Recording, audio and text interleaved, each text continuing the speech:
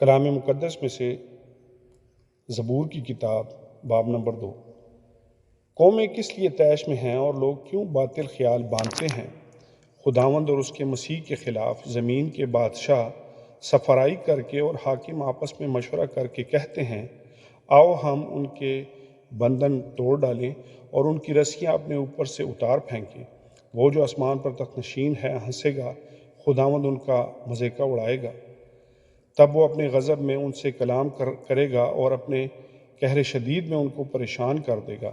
میں تو اپنے بادشاہ کو اپنے کوہ مقدس صہیون پر بٹھا چکا ہوں۔ میں اس فرمان کو بیان کروں گا، خداوند نے مجھ سے کہا، تو میرا بیٹا ہے، آج تو مجھ سے پیدا ہوا۔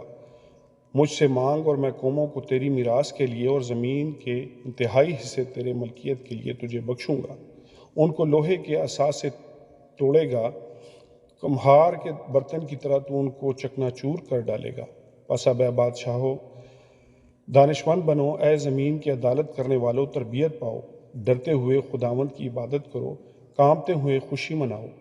بیٹے کو چومو، ایسا نہ ہو کہ وہ قہر میں آئے اور تم راستہ میں ہلاک ہو جاؤ، کیونکہ اس کا غضب جلد بھڑکنے کو ہے۔ مبارک ہیں وہ جن کا توکل اس پر ہے۔ خداوند کے پاک کلام کے پڑھے اور سنے جانے پر اس کی خاص برکت ہو۔